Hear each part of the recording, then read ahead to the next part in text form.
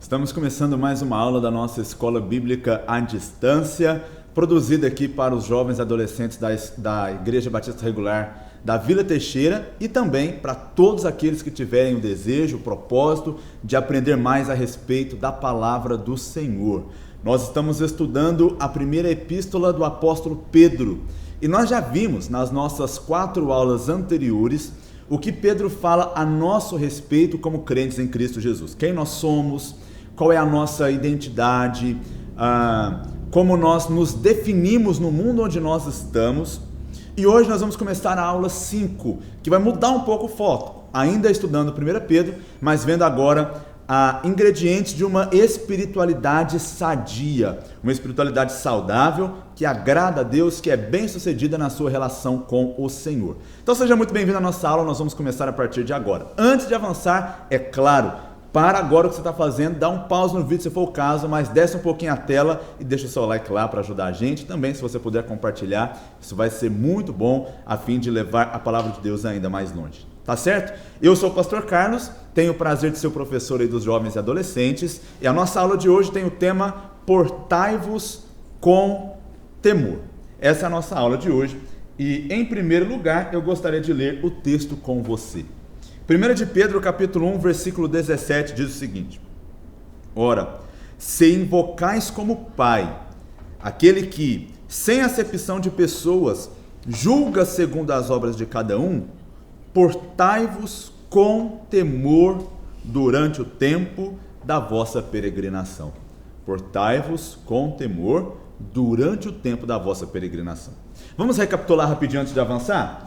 Em primeiro lugar, nós já vimos sobre a nossa identidade cristã que nós fomos amados e nós somos amados com amor eterno. Nós somos eleitos segundo a presciência de Deus. Deus nos conheceu, se ligou a nós de maneira íntima, de maneira intencional, de maneira particular e incondicional, antes mesmo da nossa existência, e nos amou desde então. Além disso, nós somos peregrinos e forasteiros nesse mundo. Isso significa que os sofrimentos dessa terra são passageiros, as alegrias dessa terra são efêmeras, mas nós temos um destino certo para onde estamos indo. Aqui somos muitas vezes menosprezados, mas estamos indo para um lugar onde há uma herança incorruptível guardada para nós. Já vimos também que nós somos casa espiritual, ou seja, o lugar onde Deus se manifesta, onde Deus revela o seu favor de maneira íntima, de maneira particular, de maneira familiar. Nós e o nosso testemunho e a nossa comunhão revelam Deus ao mundo, de maneira que nós não precisamos de templos. Somos o templo, somos o local onde Deus se revela para a sua criação, para as pessoas. E já vimos também que nós somos propriedade exclusiva de Deus. Nós já estudamos que isso tem a ver com a ideia de uma aliança que Deus estabeleceu conosco quando nos livrou da escravidão do pecado, para que agora que fomos libertos, nos tornemos servos e servos somente dele. A gente já entendeu que isso tem muitas implicações, especialmente porque eles viviam numa época em que o imperador exigia lealdade absoluta e o cristão é leal de forma absoluta somente a Deus. E essa é a ideia de Pedro. Hoje vamos ver, portanto, o temor. Já lemos o texto, então eu queria primeiro começar pensando com você o que, afinal de contas, significa essa palavra. Qual é o significado de temor a Deus? Bom, a palavra usada por Pedro, e normalmente usada no Novo Testamento, é a palavra phobos. Eu deixei aí transliterado de uma maneira bem a grosso modo, mas para que você entenda. E por que eu fiz questão de fazer isso? Porque a palavra phobos é de onde vem uma palavra que você conhece bem, que é a palavra fobia. Quando Pedro fala portai-vos com temor, ele estaria literalmente dizendo portai-vos com fobia. Agora, que ideia é essa de fobia? Aqui, não é a fobia no sentido de um medo que é repulsivo e que te afasta, não é isso, mas é a fobia no sentido de ser um medo, um temor, muitas vezes até mesmo um terror, conforme vários outros textos da Bíblia vão mostrar para nós. A palavra aqui traz a ideia de um profundo terror. Pastor, quer dizer então que temor a Deus significa ter um terror com relação a Deus? Sim e não.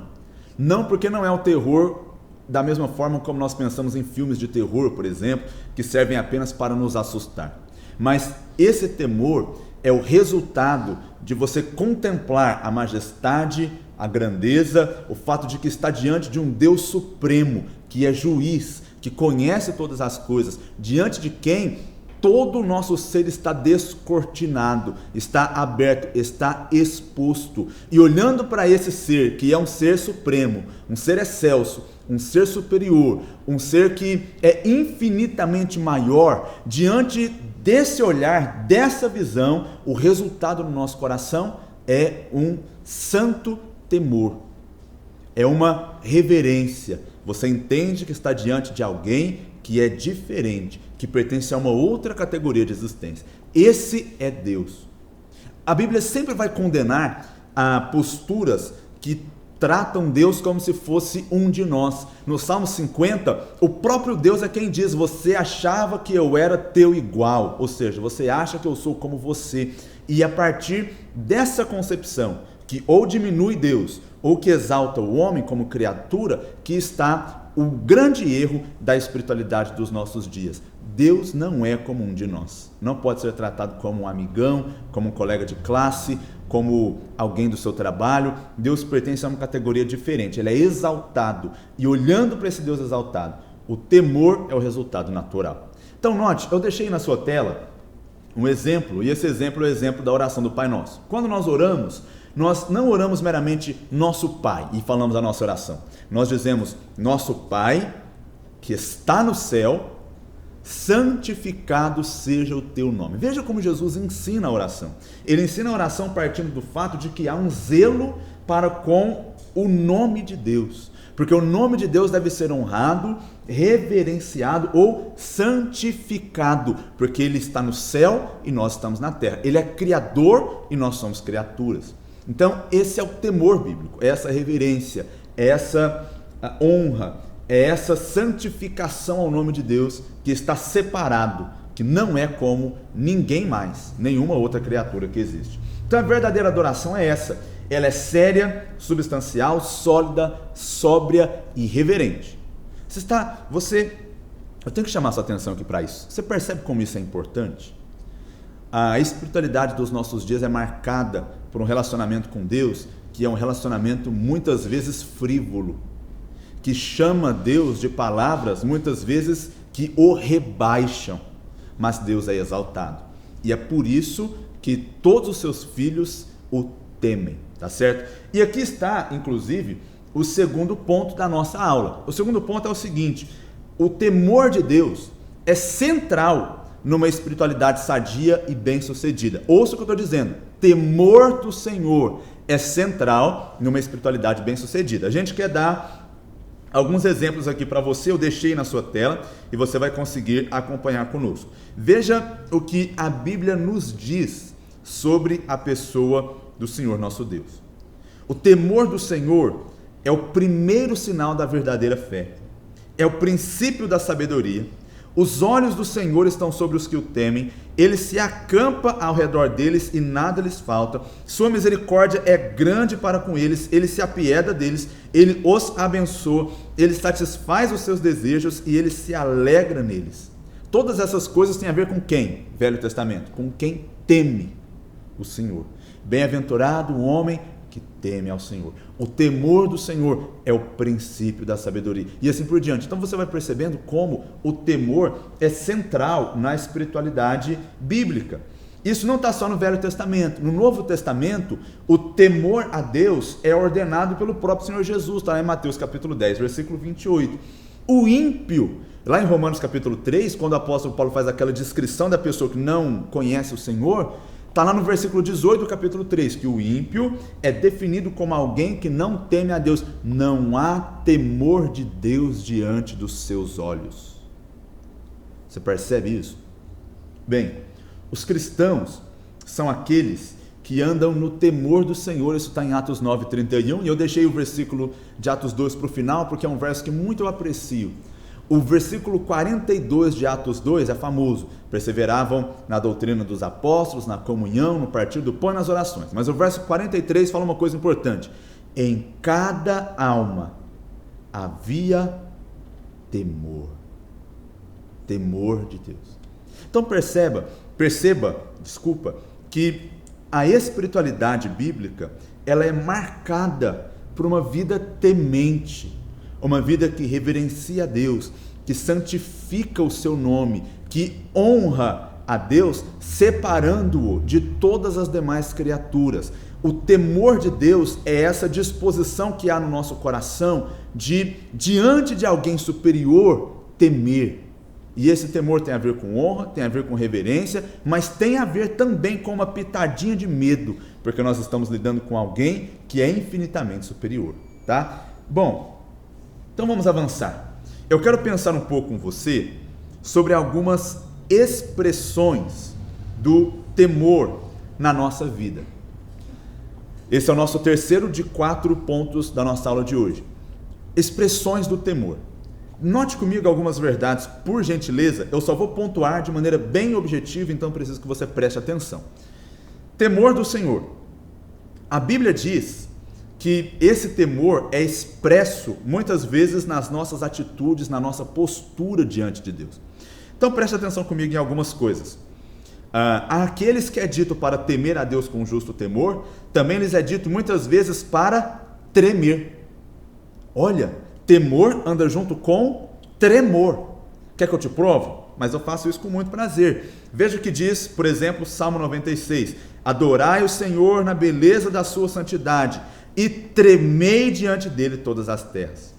No Salmo 77, 18, toda a terra é conclamada a tremer diante do nosso Deus.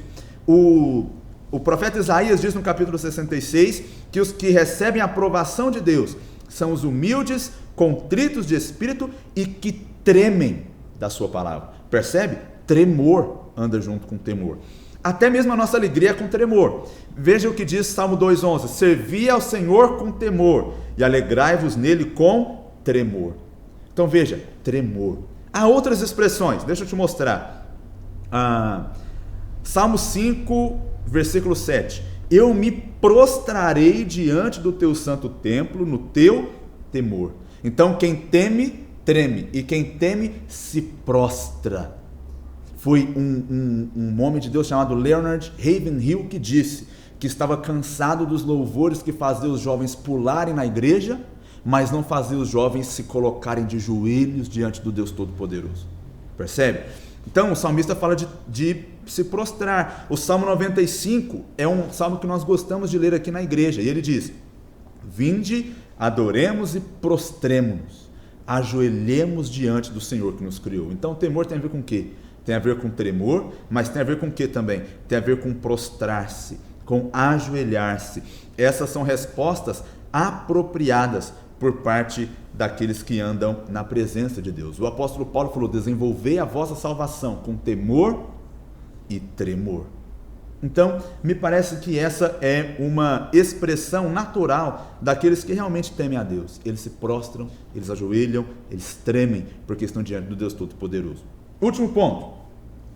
O temor é, e com esse ponto eu termino a nossa aula, a principal, ou pelo menos uma motivação fundamental para a verdadeira santidade. Não há santidade sem temor de Deus. E aqui esse é um ponto fundamental, crucial, e nós voltamos para o nosso texto de 1 de Pedro para terminar com ele. Eu li o versículo 17, que muitas vezes é esquecido, mas nós conhecemos o 16. O 16 diz: porque escrito está, sede santos, porque o Senhor vosso Deus é santo.